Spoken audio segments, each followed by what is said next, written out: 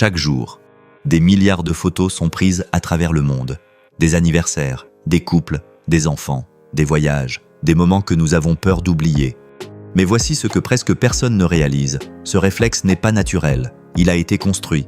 Pendant plus d'un siècle, une entreprise a profondément influencé la manière dont les humains documentent leurs souvenirs. Parce qu'elle avait compris quelque chose de terrifiant.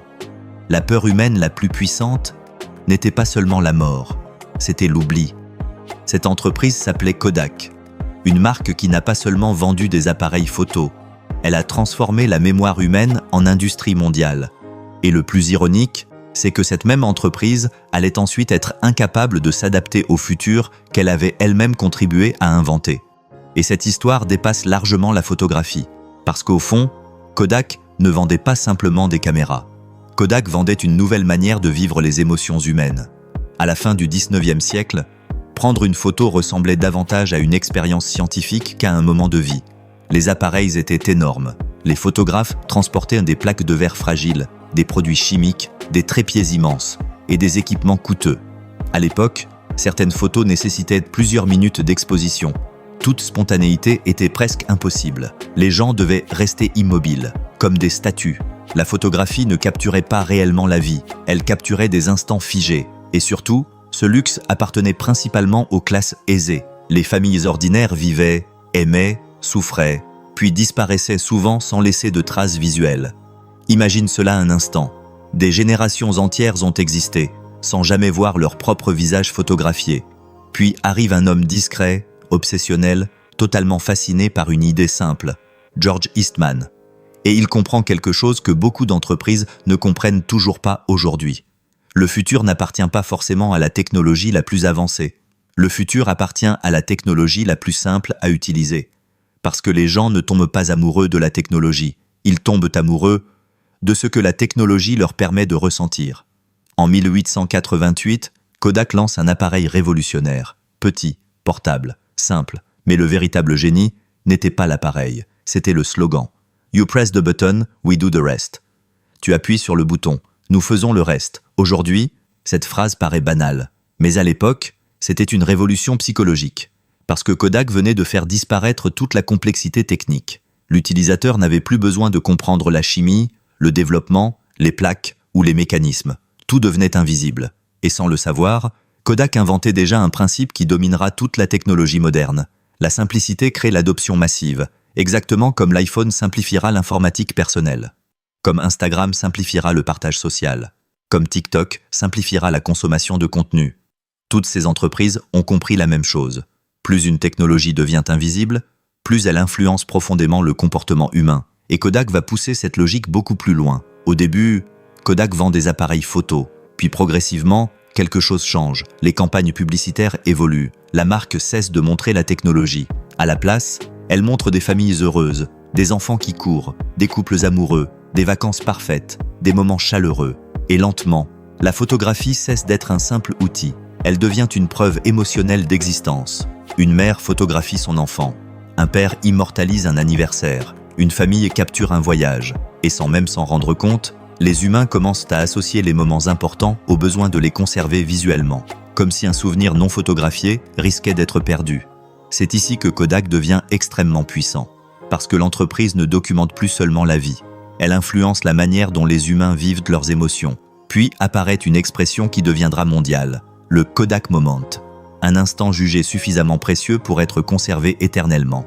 Ce n'était plus simplement une publicité, c'était devenu un réflexe culturel. Kodak ne vendait plus seulement des photos. La marque vendait une manière de valider les souvenirs humains. Puis Kodak réalise un autre coup de génie. La marque crée la Kodak Girl, une femme élégante, libre, indépendante, voyageant avec son appareil photo. Aujourd'hui, cela paraît normal. Mais au début du XXe siècle, c'était révolutionnaire. Kodak ne vendait plus seulement un produit. La marque vendait une identité, un mode de vie, une projection émotionnelle. Bien avant les influenceurs modernes, Kodak avait déjà compris une vérité fondamentale. Les humains n'achètent presque jamais un produit. Ils achètent la version d'eux-mêmes qu'ils espèrent devenir. Et cette stratégie fonctionne à une échelle gigantesque. Partout dans le monde, les familles commencent à archiver leur existence. Les mariages, les naissances, les fêtes, les retrouvailles, les voyages. Petit à petit, L'histoire humaine entière commence à être stockée à travers une lentille commerciale. Et plus Kodak grandit, plus un piège invisible se met en place. Parce qu'à chaque succès, l'entreprise devient un peu plus dépendante de son propre modèle économique. Puis arrive 1975. Et là, tout bascule. Parce que l'entreprise qui allait être fragilisée par la révolution numérique était aussi l'une des premières à l'avoir entrevue. Cette année-là, un ingénieur nommé Steven Sasson développe chez Kodak un prototype capable de capturer une image sans pellicule. Un prototype révolutionnaire de photographie numérique. Oui, Kodak possédait déjà une partie du futur, mais il y avait un problème gigantesque. À cette époque, Kodak gagne des milliards grâce à la pellicule. Chaque photo prise rapporte encore plus d'argent.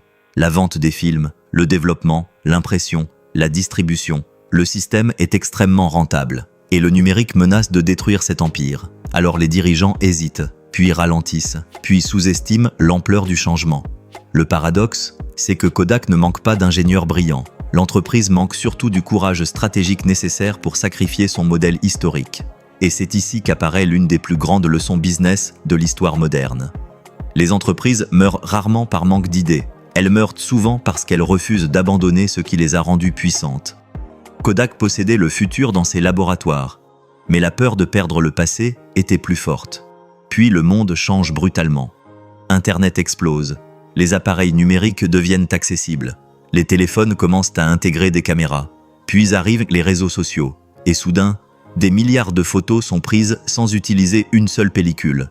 Le monde que Kodak avait contribué à transformer évolue désormais beaucoup plus vite que Kodak lui-même.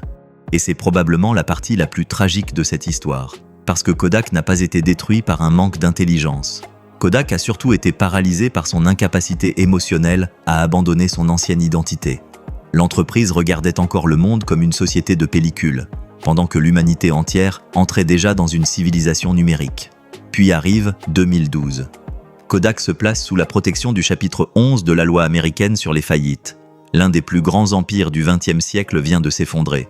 Et le plus ironique, c'est que les humains n'ont jamais autant pris de photos. Mais au fond, cette histoire ne parle pas seulement de photographie. Elle parle de ce qui arrive quand le succès devient une prison mentale. Parce que beaucoup de personnes vivent exactement comme Kodak. Elles s'accrochent à une ancienne identité, à une ancienne méthode, à un ancien confort, pendant que le futur frappe déjà à leur porte. Kodak avait contribué à inventer le numérique, mais l'entreprise n'a jamais réussi à devenir une nouvelle version d'elle-même. Et parfois, le plus grand danger dans une vie n'est pas l'échec. C'est le succès passé auquel on refuse de renoncer. Parce que le futur appartient rarement à ceux qui ont construit le monde d'hier. Il appartient à ceux qui acceptent de recommencer avant d'y être obligés.